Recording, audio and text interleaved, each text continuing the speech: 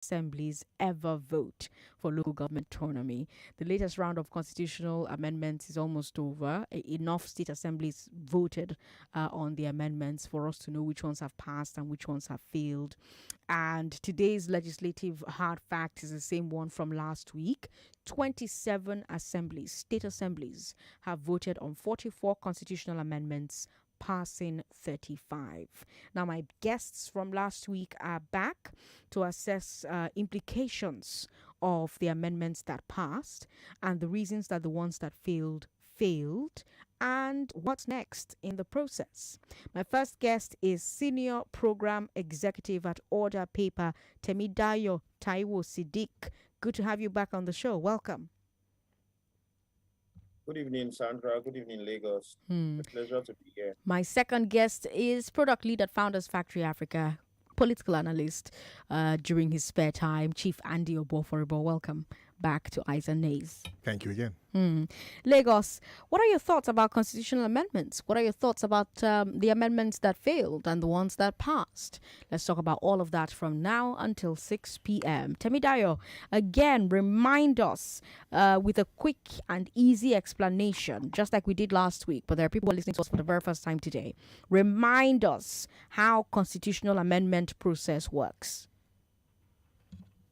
All right. It's great to be back here.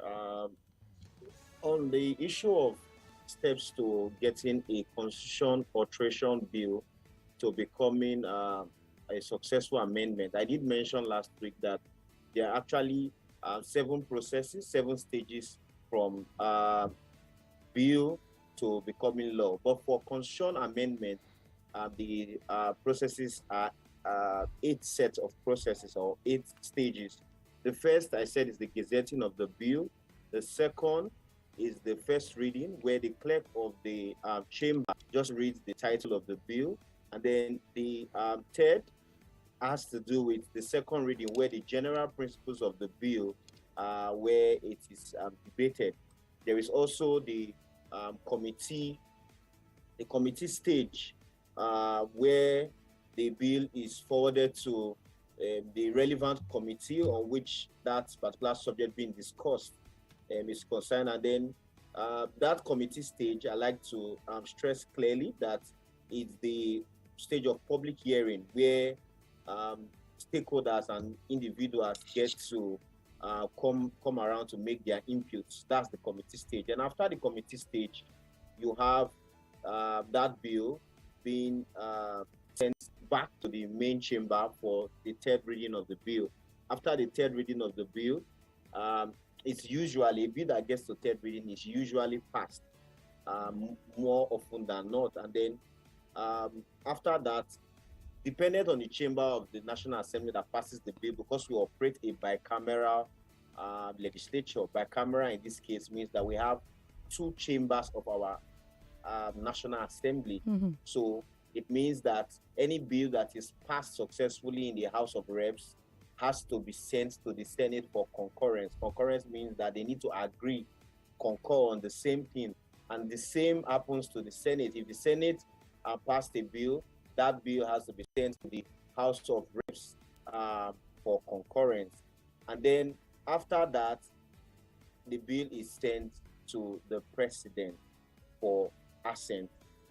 For a constitutional amendment bill, the difference is that after concurrence by both houses of the National Assembly, Senate and House of Reps, it is sent to the state houses of assembly, 36 of them, and they are expected to put through the amendment. And 24 of these states, the moment they agree on any constitutional amendment bill, it is then sent to the President.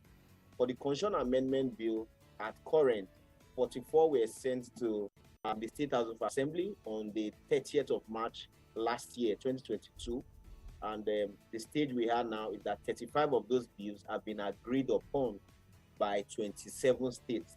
And so they are deemed fit by the provisions of the law to be sent for President Buhari's assent, which I believe that both chambers have done.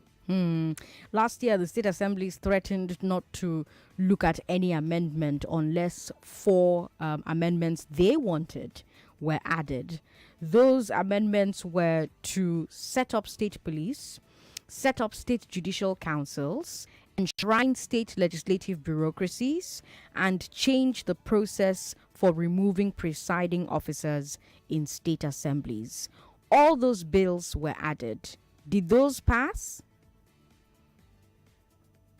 I'm not quite sure they were added, Sandra. That's an information that I don't have. Okay. Unfortunately, I should say that in preparing for this show, I have tried to go over and over again the other paper that the Senate used in announcing the stages we've got into, the stage we've got into at this constitutional amendment. And what I have seen over and over again is that while we have clearly the 35 bills that were passed by the State House of Assembly, we don't have full information on those that were rejected. It means that you have to do the hard work of going around to go trace from the 68 bills that the National Assembly initially voted upon to understand which one is there and which is not there. So I would just say that we have information on about 6 of them that were not, or 5 of them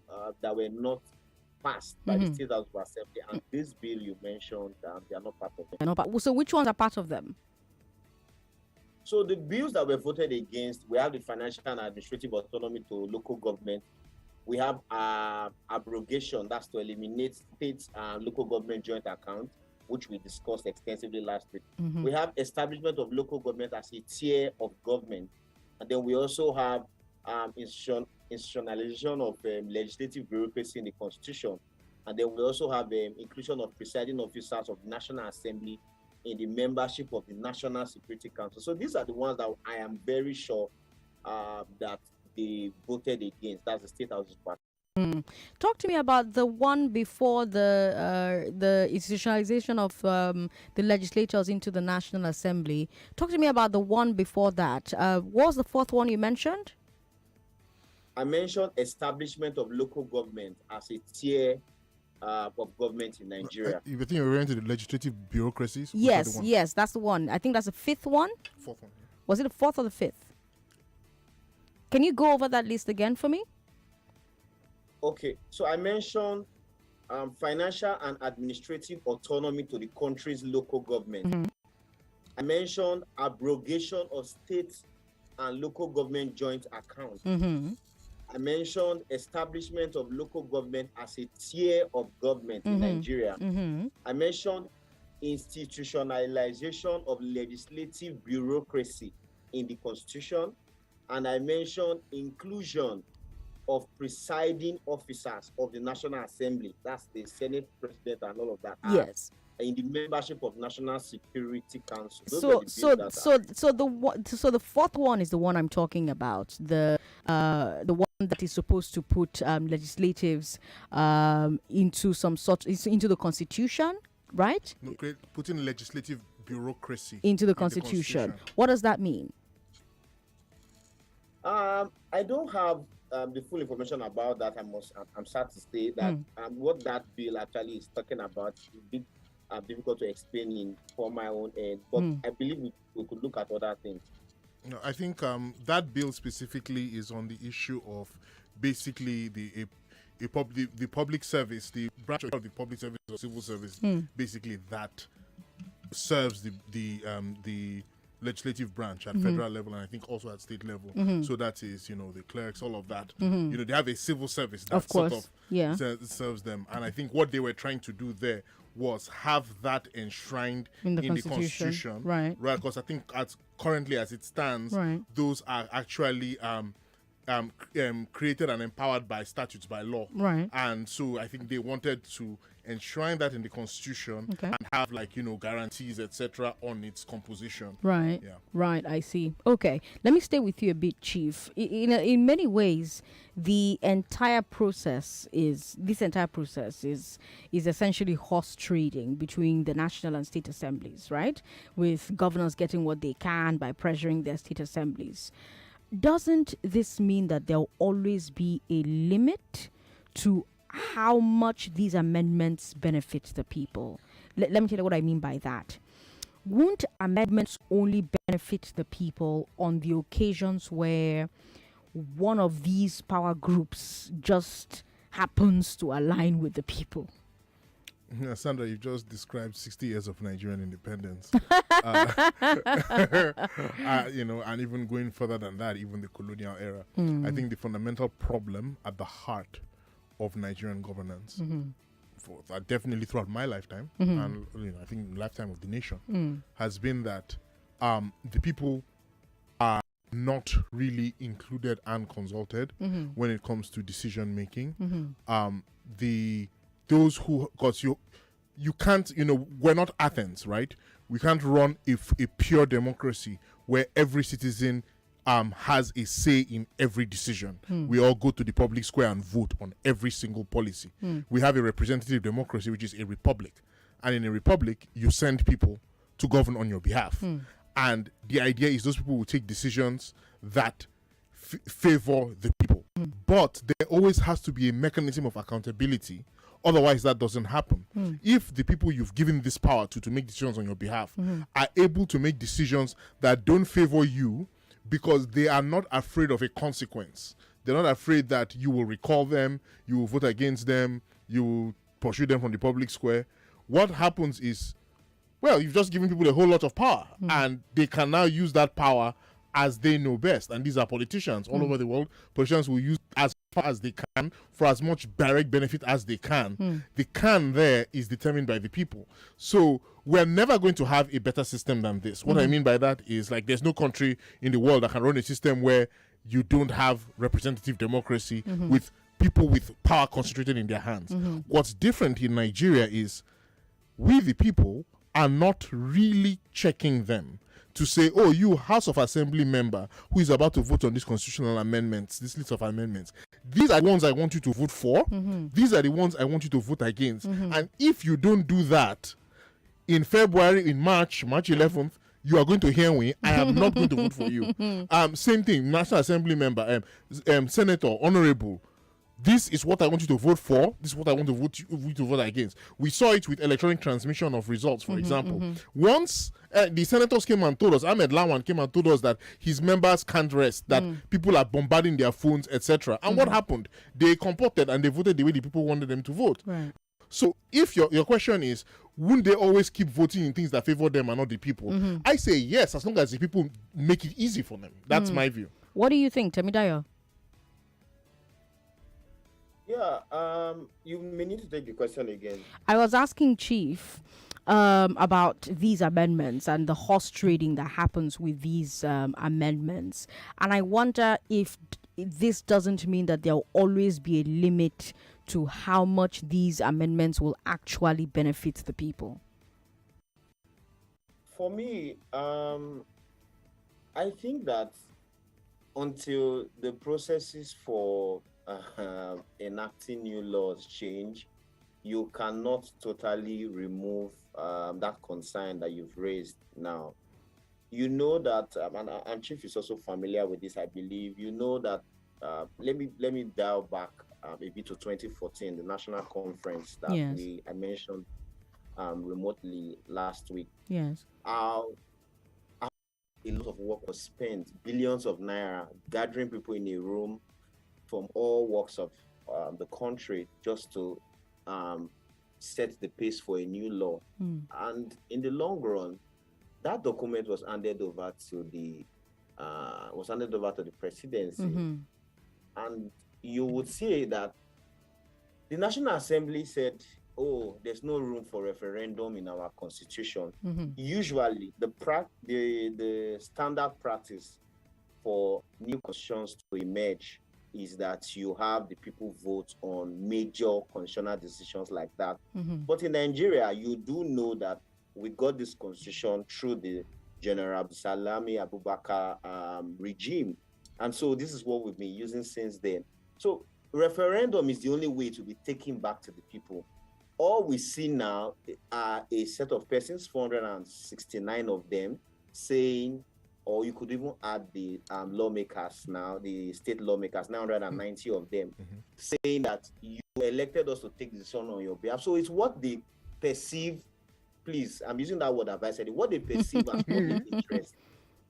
It's what they perceive as public interest that we eventually scale through. For example, the people of FCT, there is this consistent argument about FCT needing a mayor. FCT should be able to send a minister should also have a minister, because there's constitutional provision that every state in Nigeria must produce a minister, 36 states. Now, the FCT are also requesting that. They also want to be treated like a state. And that amendment did not scale through in the initial constitutional alteration bills that were forwarded. Now, how do we say that this is actually, and mind you, Sandra, the FCT has just one senator. The FCT also has just 2 House of Reps members. So 3 persons took the decision on behalf of the FCT.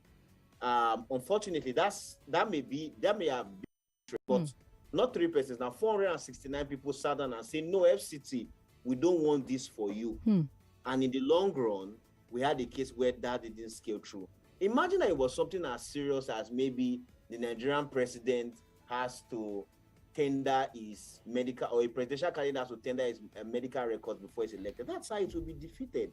So I think that, to answer your question directly, I think that we need to, in the next assembly, look forward to our lawmakers inserting referendum in the constitution. When that is done, it means that to some extent you have handed over power back to the people to determine what is their own interest by themselves. You know about Brexit. You saw how it happened. It was not some lawmakers who sat down and said Brexit will happen or it should not happen. The people had a say in it. So for me, that's the best way I want to look at it. Okay, Chief, what are your thoughts on what Temidayo has said?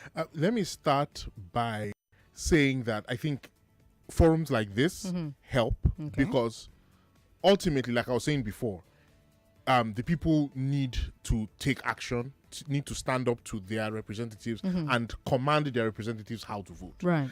Part of the reason why that's not happening, part of the reason why is that there isn't a lot of transparency about what's happening in the legislative chambers, which is why I applaud the work other people does. You know, I follow other people on Twitter, so I'm always seeing what's latest, right? And very important, that piece of education and what you're doing here, taking it to even a wider mass audience. The more people know about what their legislators are doing, both at national and more critically at state, the more able they will be to hold them accountable. Because, you know what, I don't like what you're doing here, or I like what you're doing. I have an interest in this vote. But most of the time, people find out after the fact, if they find out at all. So I think that's also a necessary thing, people to get informed. On the issue of referendum, I agree. I agree in principle that ideally this thing should go through referendum. Unfortunately, and I also agree completely with Temidayo that we inherited a flawed document from the military. We inherited it. But we have chosen, and I think we have rightly chosen, to work with what we have, within the confines of what we have, rather than invite chaos and revolution and say, we're throwing away that constitution and we're going to start one from scratch.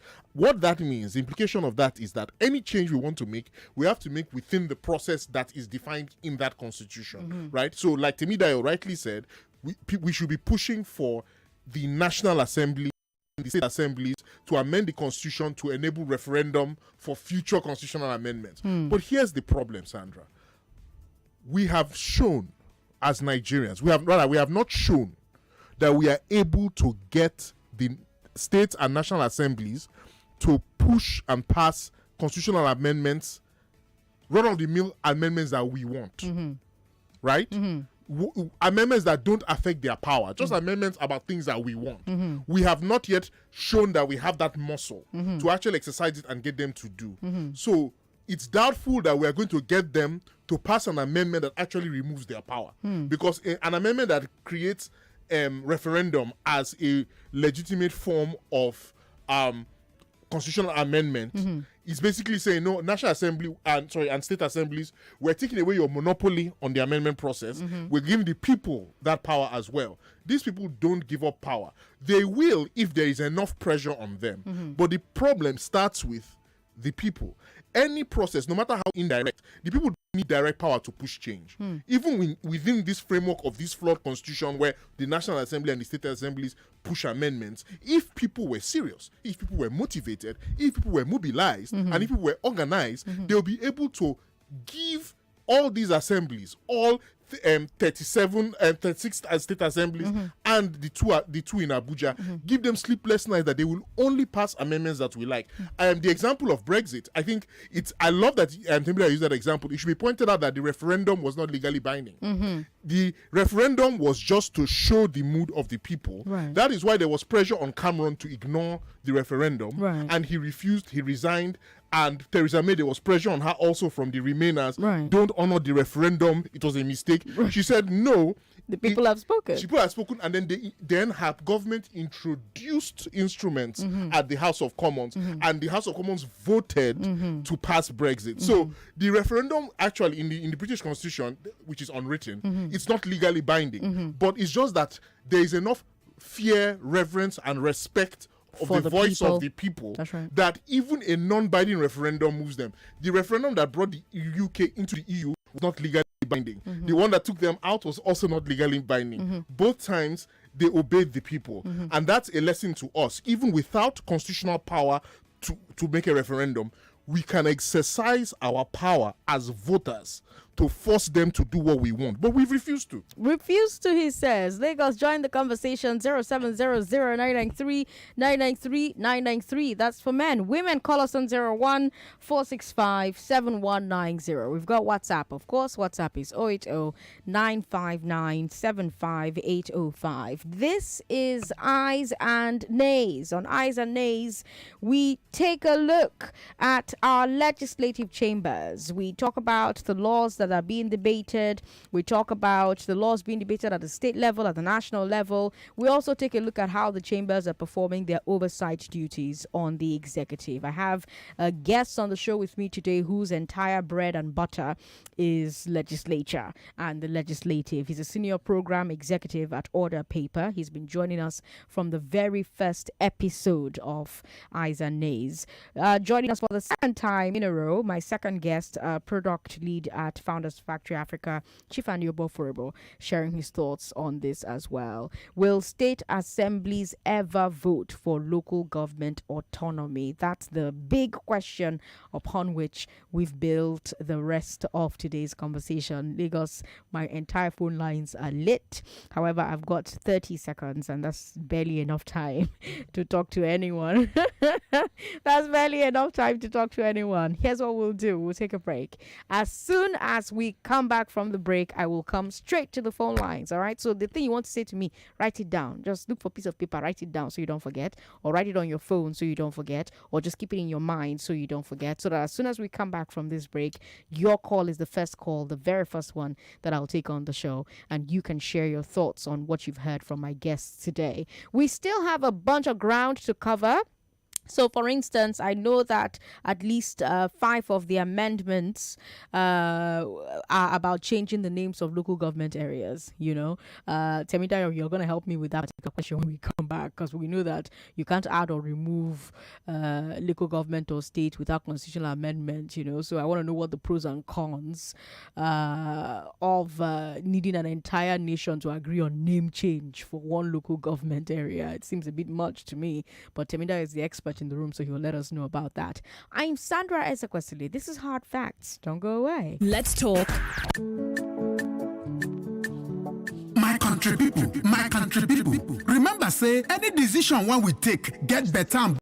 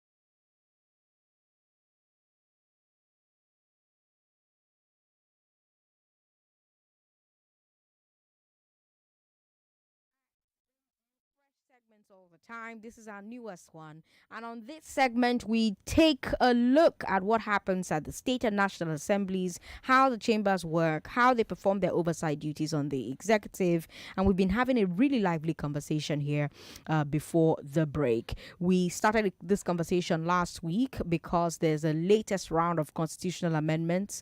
It's almost over. Enough state assemblies have voted on some of the amendments. They voted enough for us to know which ones have passed and which ones have failed. I told you 27 state assemblies voted on 44 constitutional amendments, passing 35. I've got two guests with me. My guests are a senior program executive at Order Paper, Temidayo Taiwo Siddiq, and Chief Andy Oboforebo, analyst during his part-time, and a product lead at a venture capital firm. Lagos, I did promise that as soon as we came back from the break, you would be the first person I heard from. So let's do it. Let's talk. 0700-993-993-993. Women, call us on 01465-7190. Hello. Thank you for calling us. Hello, Sandra. Good afternoon. Good afternoon, sir. What's your name?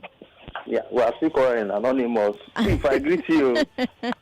Anonymous, welcome. Okay. Go ahead. I will say, Sandra, in Nigeria, in fact, people in power, there is a serious, I don't know if I call it conspiracy, lack of education, all the combination. They just want people to remain frogs in the world. They don't want you to know exactly what and what you can do. See how long it even took us to even, as they make things like history compulsory. The average Nigerian politician does not want you to know what you are capable of. And that's because if you want a perfect proof of it, they were complaining of beavers, but none of them complained for NIN, but all of them use network.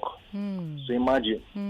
The average Nigerian politician doesn't want you to know anything. That's the issue. And the people have been so impoverished that they don't see these things as important except the educated ones. That's what I say. All right. Thank you, Anonymous, for calling. However, Chief, isn't this the average politician all over the world? Doesn't the average politician all over the world not want you to know anything? Yes, I mean, even as far back as the first Chinese, the Qin Empire, the Chinese had a proverb that to rule a people, keep their heads empty and their bellies full. So this is a universal, it's a global problem. And it's as old as time. I agree with Anonymous that it's made worse here by the level of poverty and the level of education, you know. But at the end of the day, and this is what I always say to people, those of us who are more educated, who have more privilege, who have a bit more affluence or money in the bank, all of us, we all have people who are in our sphere of influence. We all have, you know, the cousin in the village who we find something. We all have our people in our community, people whose we are all part of some sort of patronage and client network, right? And I think apart from, you know, helping people and solving their problems, part of what we need to also be doing is informing these people. You know, that's part of it. That's part of that responsibility, because it's not a full hand and say, yes, you know, people don't know enough and politicians don't want people to learn. Yes, that's true. So now that you know that the politician is your adversary and is stopping everybody from being educated, you educate them. 99.3. Hello. Yeah, President Sandra, good afternoon. Good afternoon. Thanks for calling. Good afternoon, sir. Good afternoon. President Sandra. Sir. This is your senior special advisor. Welcome. You know, here in this part of the world, we don't ask questions. Because on your program, when I ask questions, they say, Chris, do they ask questions? Chris, you don't ask questions. Hello, President Sandra. What you ask are not questions, Chris. And this our population is not just only good to 200 million. All these people were claiming that they're not doing what they're supposed to do. Oh, the local government can this. How many are there, for God's sake? How many? Now they are coming around us now. Once they get into that place, the next 4 years, you will not see them. So the ball is in our court. If we like, let's ask questions. Thank you. Thank you, Chris, for calling. 99.3, hello. Hello, President Sandra. Good to my have you on the lady. show. How are Yes, you? Omega John. Omega John, welcome. Yes, let's come from another dimension. Let me attack the media. Yes, people like President Sandra. Hey, God, what did I do now? Yes, because you people, you have not been helping the people. Okay. I mean, educate them. Look at this program now. Look at the time you're bringing this type of program. This program should have started 10 years ago. Eh?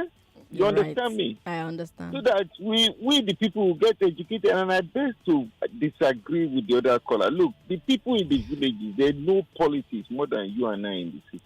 Okay. We don't care. It's just now we listen to people calling Nigeria info. Hey, we must vote at this. We must.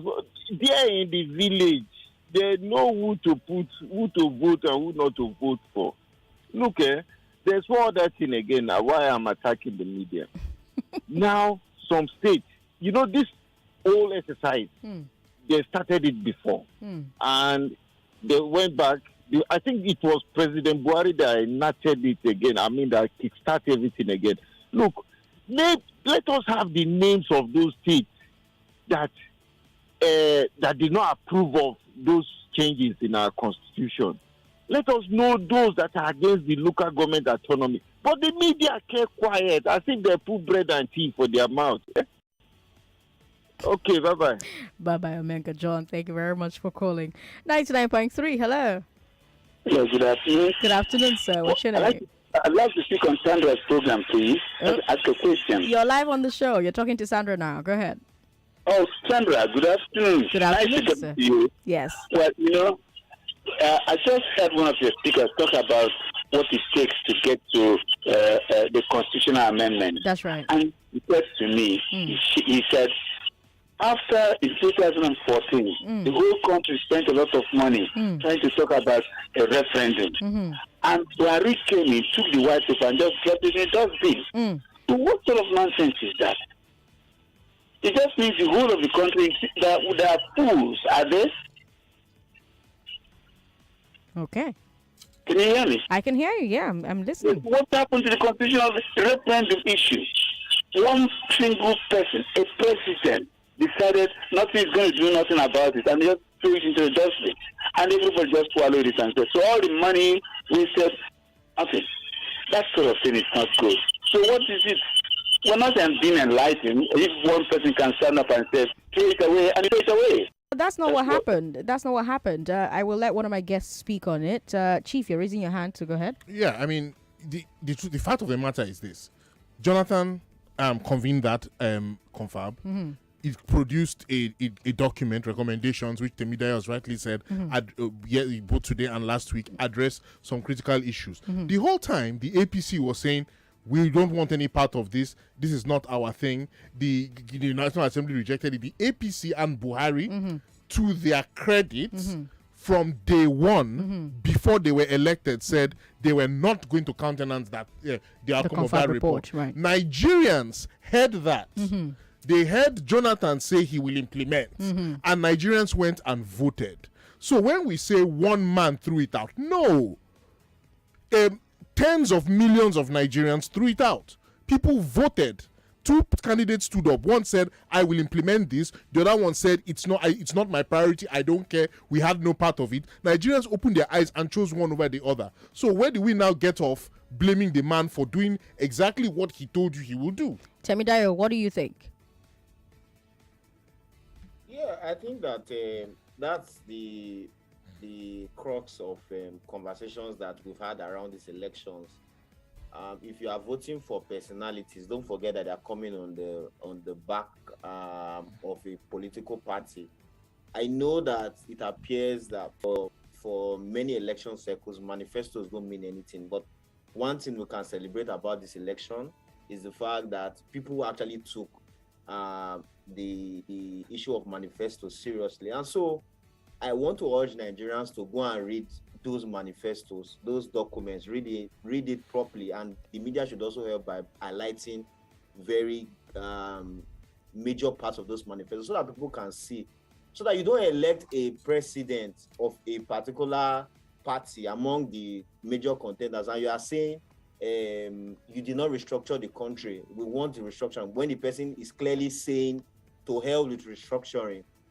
You don't elect somebody that is not interested in production, and in the long run, you are waiting for that person to kickstart production in the country. What's the point I'm making? The point I'm making is that I agree entirely with Chief. It's the fact that the APC, for political reasons, we must make it clear, never wanted to be part of that Jonathan arrangements. I will put it that way, the national conference. But we do know that, and come to think about it, it's all politics.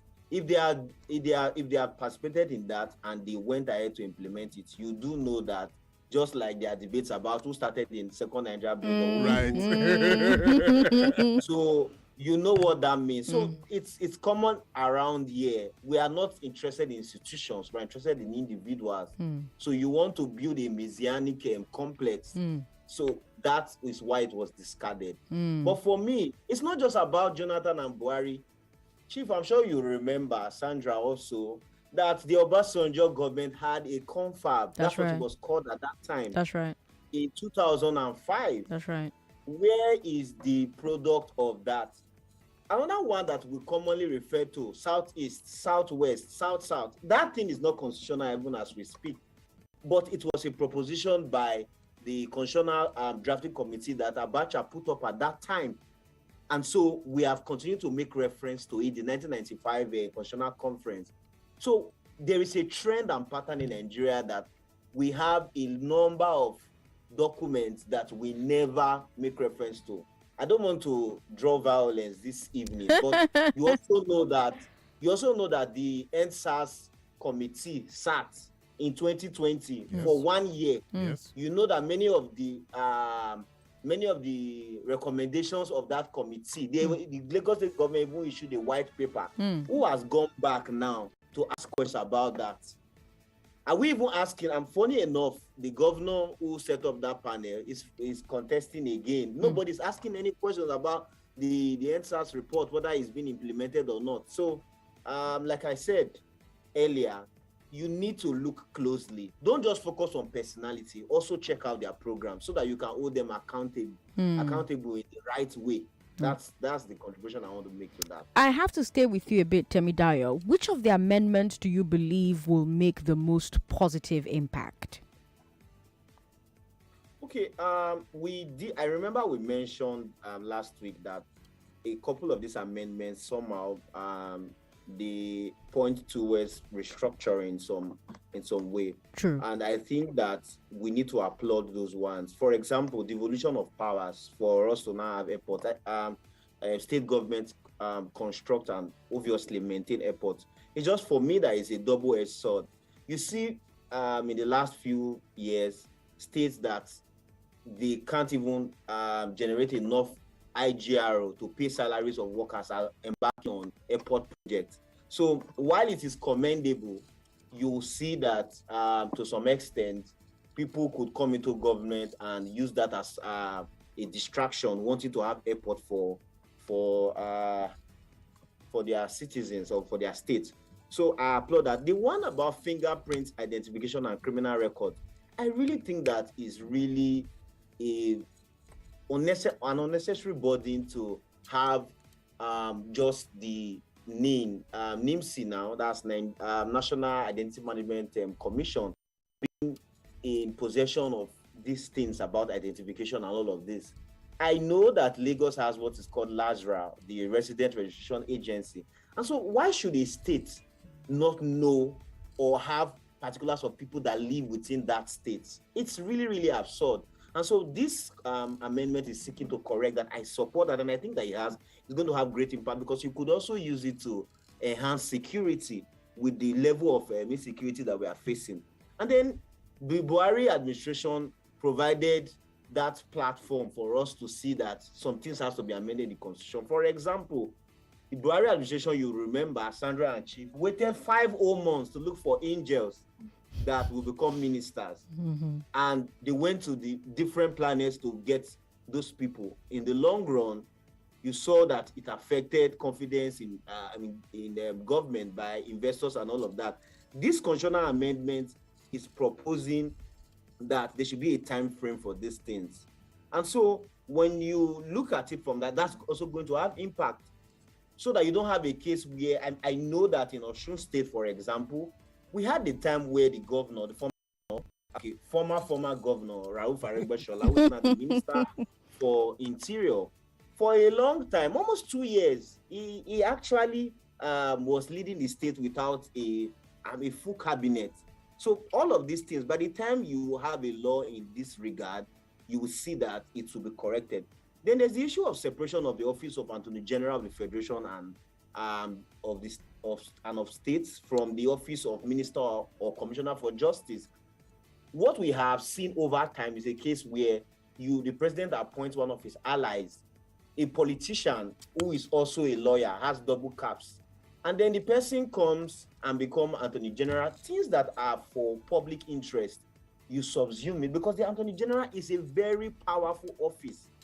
In fact, the office of the Attorney General is the only one among those ministers that is stated clearly in the Constitution and described as the chief law officer of the Federation. So when you separate the offices, you will clearly have a technocrat. Sorry, I know that word has been abused, but you will have a professional as Attorney General, and then you can go ahead to appoint a politician as your Minister of Justice. So that again, for me, is going to bring a lot of impact. And then some other things that, even though we say they are not necessarily, they sound absurd, but I think it's important to correct them. So let me just talk about the question you asked before we went on break about the changing of names of local government.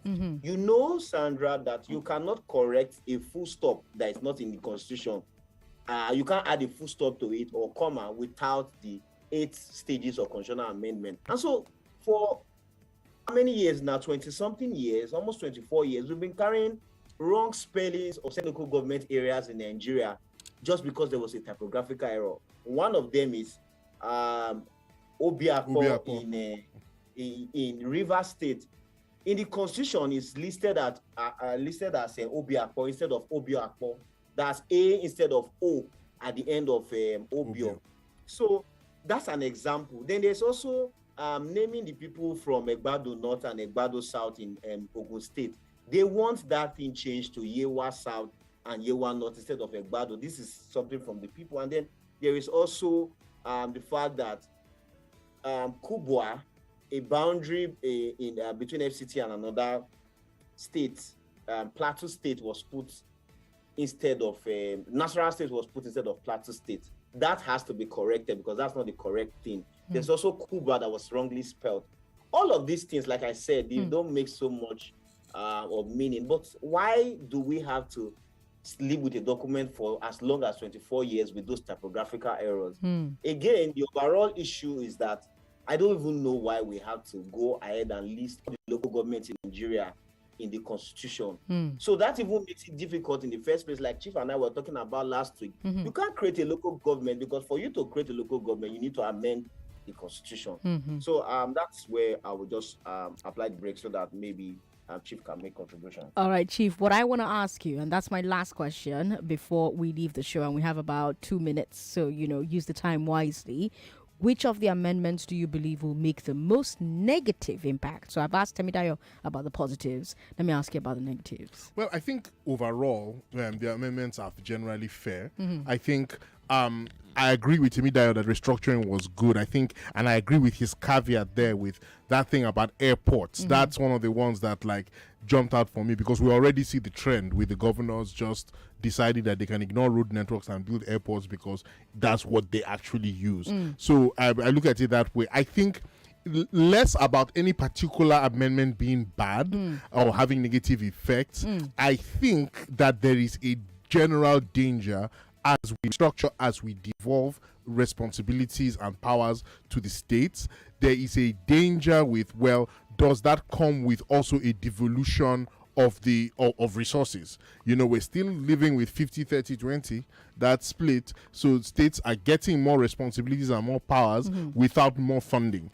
And I'm worried about the debt distress that is going to come to states. We've already seen it at the federal level. Some states are already distressed. I anticipate more. Okay, Chief Andy Oboforibo, analyst during his spare time, product lead with a venture capital firm. We've also had a senior program executive at Order Paper on the show with us, Temidayo Taiwo Siddiq. Gentlemen, thank you so much for joining us. Temidayo will be back next week, and next week we're simply going to focus on what exactly are supposed to be doing. What exactly is their role? You ask the average Nigerian, you're going to get very interesting answers. So let's hear from the expert on what exactly we should expect from a Nigerian lawmaker, whether at the state level or the national level. We'll take a break. When we come back from this break, I'll bring you the news at 6. After that, you get to have fun on Music and Moments with Ifanyi, Dexter, and Sam. I'm Sandra Ezekwesili. Oh, the only detergent.